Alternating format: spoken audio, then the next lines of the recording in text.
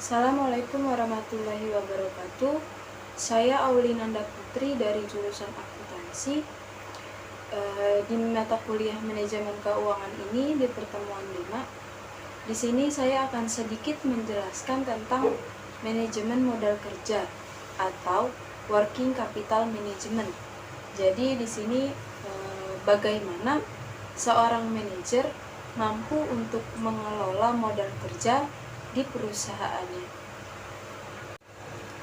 Adapun definisi dari working capital itu biasanya digunakan untuk mengukur kekuatan finansial perusahaan atau guna memastikan kemampuan perusahaan tetap terus beroperasi dengan optimal dalam waktu 1 tahun.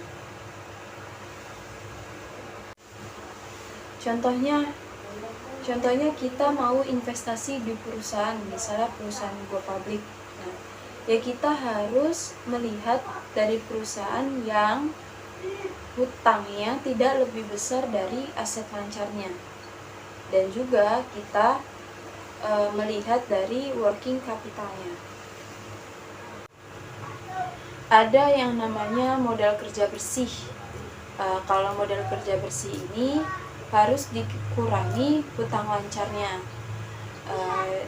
Jadi kita bisa melihat kira-kira perusahaannya bisa lancar tidak di tahun itu.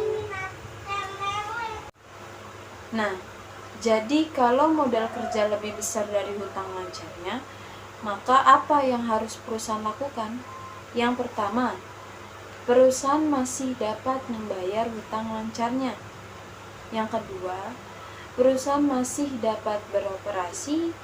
Yang ketiga, perusahaan masih mempunyai dana investasi. Lalu, bagaimana jika modal kerja lebih kecil dari hutang lancarnya? Apa yang seorang manajer lakukan? Yang pertama, mencari hutang jangka panjang. Misalnya, hutang jangka panjang yang 5 tahun, 7 tahun, 10 tahun bisa. Yang kedua, mencari investasi. Yang dimaksud mencari investasi di sini yaitu mencari orang yang mau berinvestasi di perusahaan kita. Yang ketiga, menjual aktiva tetap, yaitu untuk penambahan modal.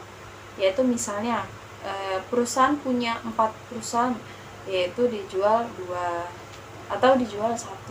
Misalnya seperti itu. Adapun cash conversion cycle, yaitu terdapat 3 hal, yaitu ICP, RCP, dan PDP. Adapun ICP atau Inventory Collection Period, yaitu memperkirakan jumlah hari yang diperlukan untuk merubah persediaan yang kita miliki untuk kas. Nah, jadi untuk mengukur seberapa liquidnya aset dalam bentuk persediaan. Adapun rumusnya yaitu persediaan per hari dibagi nilai penjualan per hari. Nah, maka ketemu jumlah hari yang diperlukan untuk bisa menjual sisa persediaan. Adapun RCP atau Receivable Collection Period yaitu perkiraan jumlah hari yang diperlukan untuk merubah piutang yang kita miliki ke dalam kas. Nah, adapun untuk mengukur seberapa liquidnya aset ke dalam bentuk piutang yaitu rumusnya sisa piutang per hari dibagi nilai penjualan kredit per hari.